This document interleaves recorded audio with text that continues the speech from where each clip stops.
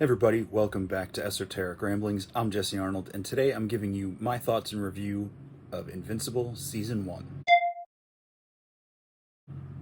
Everybody, welcome back to the channel. Thanks for joining me today. Falcon and the Winter Soldier's all wrapped up. There's no Marvel shows for a while. There's no Star Wars stuff for a while. Oh, that's not right. There's a new Bad Batch starting this week.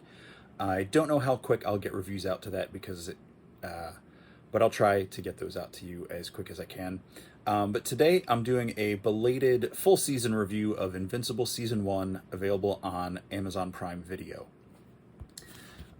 If you don't know, Invincible is based on a comic book series by Robert Kirkman, who's known for a show and a series of comics called The Walking Dead. So, pardon me, some of you may have heard of that before. And Invincible is his take on superheroes and the superhero universe.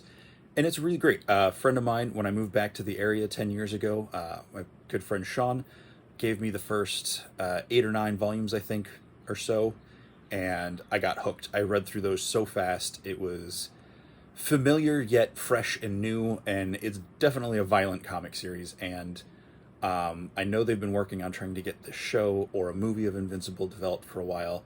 And a couple months ago, season 1 started on Amazon Video, and I was hooked. It's just as good as the comic. I'll always say, for the most part, most things are better in the original source material, just because there's more room to stretch the legs, get into feelings and story setup and all that stuff. Whereas with shows and movies, you've got to worry about production costs and time and development and all that. So it definitely feels like they spent some time really trying to get a good sense of the look of this world and the characters, which they've nailed. They all look pretty spot on to how they are in the comic. And the story follows the comics pretty closely. So if you've read the book or the comics, you'll get a lot of the stuff you're expecting out of this show.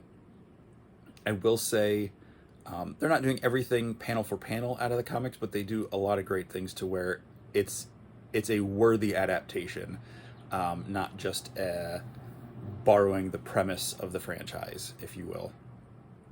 So yeah, we'll get started. It's got some great cast. It's got Stephen Young from obviously big name from The Walking Dead, Sandra Oh, J.K. Simons, Zazie Beetz, let's see, Kevin Michael Richardson, Greg Griffin, Walton Goggins. I am just reading the names off of the IMDb list, but Jillian Jacobs, let's see, Zachary Quinto, Jason Mantzoukas, Carrie Phaeton, Clancy Brown, Mark Hamill, Ross Marquand. Lots of great cast on this show, and it's definitely star-studded, and a lot of people from Walking Dead and other things related to Robert Kirkman have shown up in this, repeating. They're working with him, not characters, but yeah. So, sorry, I'm trying a new setup here, and I'm trying to record with my iPad instead of my phone, and the camera layout's a little different, so I'm not sure where I'm looking, so I apologize if this feels weird. Trying to make eye contact through the camera, but I'm also not able to see what I'm doing on screen when I do this, because I don't know, maybe I'm sitting too close. Yeah, Invincible. It starts off, I'll do some pre-spoiler stuff here, or, stuff I think I can get away with that aren't spoilers, and then get into the spoiler stuff in a minute. So it's kind of, elevator speech is, what if Peter Parker found out his dad was Superman, and instead of getting bit by a spider, he inherited his father's powers. That's kind of the rough pitch I would throw toward it, because you've got this teenage guy, Mark. He's just trying to make his way through high school and all that social dilemma and, classes and homework and all that. And his dad is this character called Omni-Man, who is kind of a Superman type character in this world. And he, gives his backstory that he's from another planet, and he was sent here largely as like kind of an ambassador to kind of help Earth and be a protector for this this planet he comes from, and he's one of Earth's greatest defenders in the show. And Mark's all excited. He wants to be just like him. There are other superhero teams, and I think it's during the first episode. My memory of the actual episodes are a little foggy. Mark does finally start to develop his powers. So his dad starts training him. He tries to go out on his own and do kind of like the vigilante superhero thing and all that stuff. So, and then there's the dynamic with his mom, because his mom, they of course know who the father is as the Superman type character, Omni-Man. And the father's double life is as a travel book writer. So, yeah, so it's a lot of fun. And then this show, it takes some hard turns. It's probably the most violent comic adaptation thing I've ever seen. And yes, I am including the boys in that. Because if they did the violence in this in live action, it would make the boys look like a Disney movie. So yeah, I said it, I stand by it. I'm not trying to praise or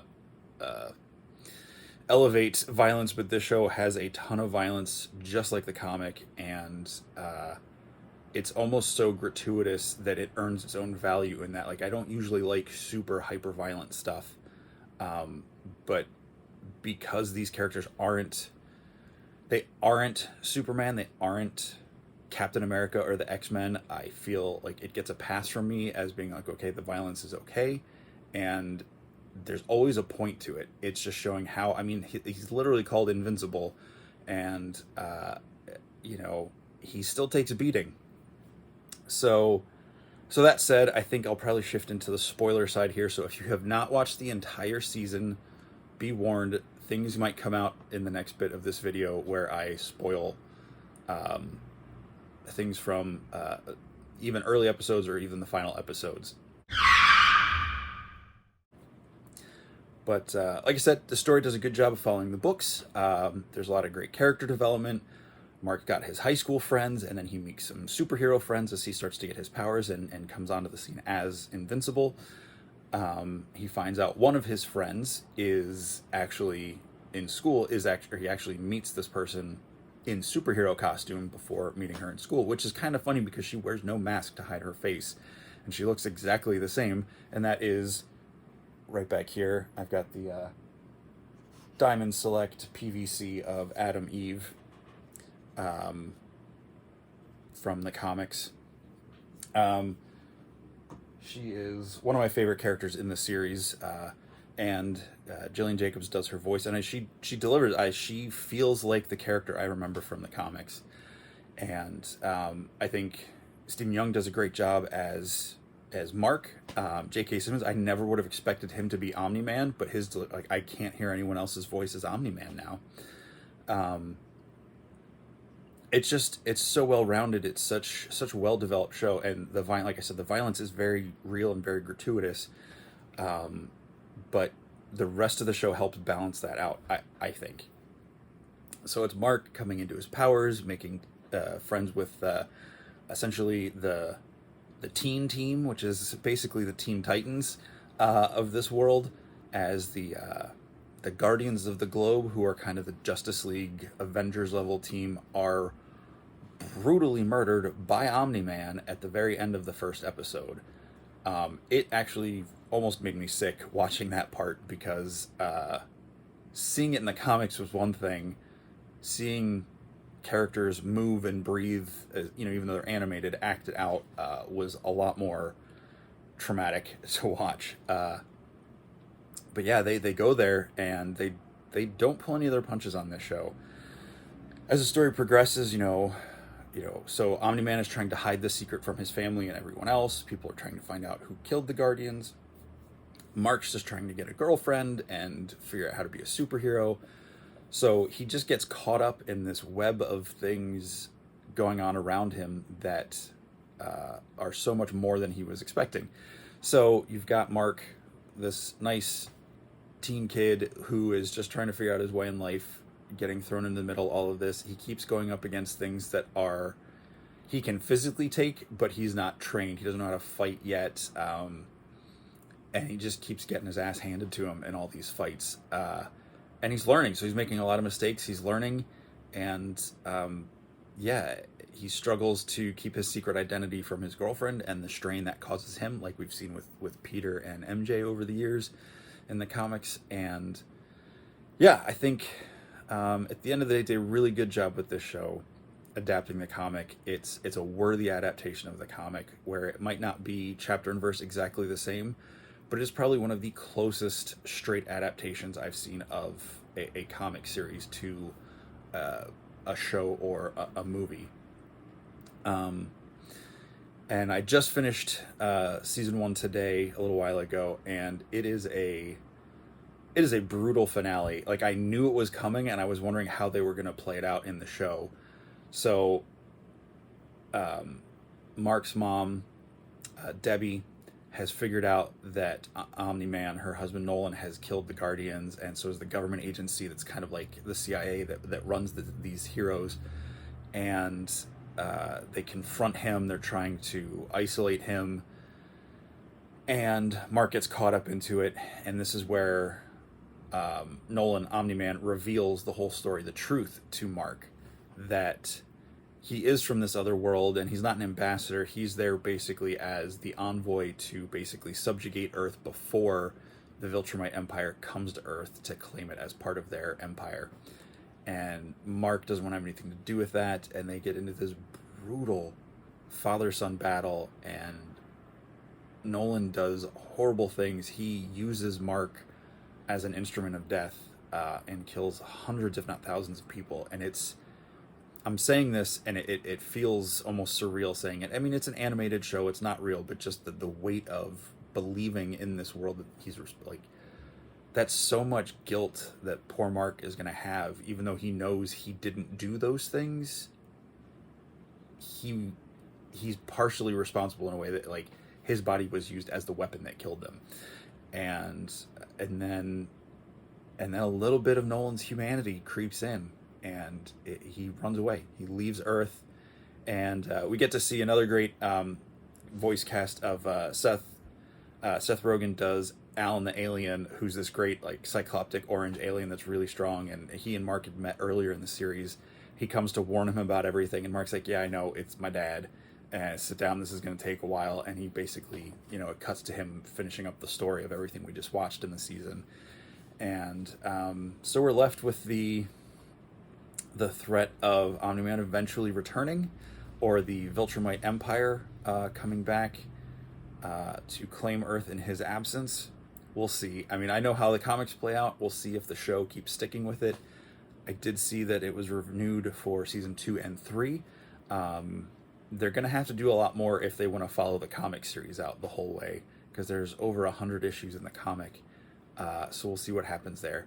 But anyway, that's my quick, not really quick, but my late rundown review of Invincible, the animated series on Amazon Prime TV or video, whatever it's called. So check that out if you like superhero stuff that you might not be familiar with, or if you've read the comic and want to know if the show's any good. I say yes. Check it out. Have a great day. And hey, if you're watching and you like the stuff you're seeing on my channel, please hit the like button, hit the subscribe. I'm not gonna, make a big fuss out of this every time, but yeah, it'd be great to see more people interacting with. I love talking with people, and maybe once I hit some milestone numbers, I know once I get to 100 subscribers, I'm gonna figure out some sort of little giveaway, and then we'll figure out some other things down the road. So if you like what I'm doing, thank you. Thanks for watching. If you feel like it, subscribe, hit the like button, send me some comments. What are your thoughts? I want to interact with you. If you want to check it out, I do have an Instagram page that has been going on for a couple years now.